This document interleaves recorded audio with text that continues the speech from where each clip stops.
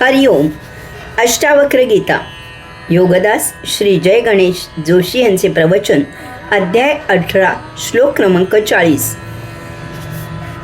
क्वात्मनो दर्शनंतस्य यदृष्टमवलंबते धीरास्ते तन्न पश्यन्ति पश्यन्त्यात्मा नमव्ययम्. भावार्थ, जो दृष्टीचे अवलंबन करतो त्याला आत्मदर्शन होत नाही.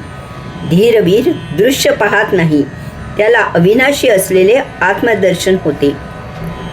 दर्शन हा श्लोक समजण्यासाठी या श्लोकातील दर्शन हा शब्द फार महत्त्वाचा आहे. साधकांसाठी हा दर्शन शब्द फार मोलाचा आहे. अध्यात्माच्या अभ्यासकांनी तो समजावून घेण्यासारखा आहे. सर्वसाधारणपणे आपण द्रष्ट्याने म्हणजे पाहणाऱ्याने दृश्य म्हणजे पाहायची वस्तू पाहिली की त्याला जे दिसते त्याला दर्शन असे म्हणतो. उदाहरणार्थ, बाळूने डोंगर पाहिला याचा अर्थ द्रष्ट्या बाळूला दृश्य डोंगराचे दर्शन झाले, परंतु हे भौतिक दर्शन झाले.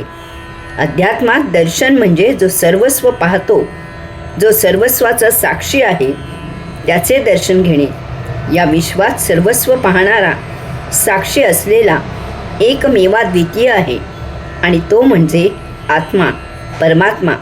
याचा अर्थ अध्यात्मात दर्शन म्हणजे आत्मदर्शन, आत्म्याचे दर्शन, परमात्म्याचे दर्शन घेणे. याचा अर्थ साक्षात्कारींना जेव्हा आत्मानुभूती मिळते तेव्हा त्यांना दर्शन झाले असे म्हणता येईल.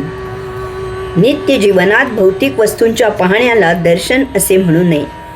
फार तर देवळात जाऊन देवाचे दर्शन घेतले किंवा सत्पुरुषाचे दर्शन घेतले किंवा वारी करून आलेल्याचे दर्शन घेतले असे बोलीभाषेत म्हणता येईल.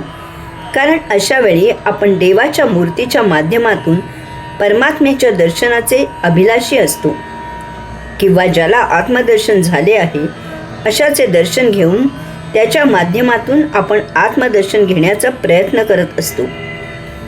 या श्लोकामध्ये दर्शन याचा अर्थ आत्मदर्शन, परमात्म्याची अनुभूती, साक्षात्कार असाच अपेक्षित आहे. या अर्थी हा श्लोक समजावून घ्यायचा आहे. अष्टावक्र मुनी सांगतात की जो दृष्टीचे अवलंबन करतो त्याला आत्मदर्शन होत नाही. अगदी स्वाभाविक आहे हे. दृष्टी याचा अर्थ जो डोळ्यांचा उपयोग करतो त्याला आत्मा, परमात्मा दिसणे शक्य नाही. कारण आपली पंच ज्ञानेंद्रिये ही केवळ बाह्य जडवस्तू जगत जाणण्यासाठी आहेत. त्यांचा उपयोग भौतिक जडवस्तू जाणण्यासाठी होतो. इंद्रियांना बाह्य वस्तू त्यांच्या जाणीवेप्रमाणे दिसतात. एकच एक स्त्री, आजी, आई, बहीण, पत्नी, भावजय, मुलगी, पुतणी इत्यादी रूपात निरनिराळ्या व्यक्तींना दिसते. हे सत्यदर्शन नाही. आत्मा, परमात्मा सदा सत आहे, सूक्ष्म आहे. तो देहादी इंद्रियातीत आहे. यामुळे जड डोळ्यांना सूक्ष्म आत्मदर्शन, परमात्मा दर्शन होणे शक्य नाही. आपण देहादी इंद्रियांचा उपयोग करून काहीतरी हालचाल किंवा कर्म करून आत्मानुभूती प्राप्त करण्याचा, आत्मदर्शन घेण्याचा प्रयत्न करत असतो. याचा काहीही उपयोग होत नाही. कारण देवाची जरी मूर्ती झाली तरी ती जड असते.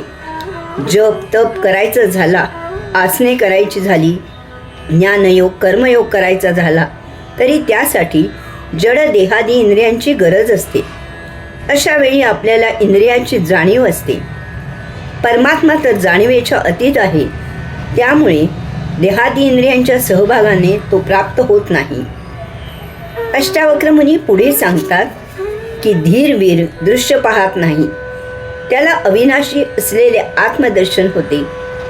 आत्मा, परमात्मा जाणण्यासाठी, त्याचे दर्शन घेण्यासाठी, त्याची अनुभूती घेण्यासाठी धीरवीर ज्ञानी दृश्य पाहत नाही, म्हणजेच तो आपली इंद्रिये आवरून घेतो. तो देहादी इंद्रियातीत होतो.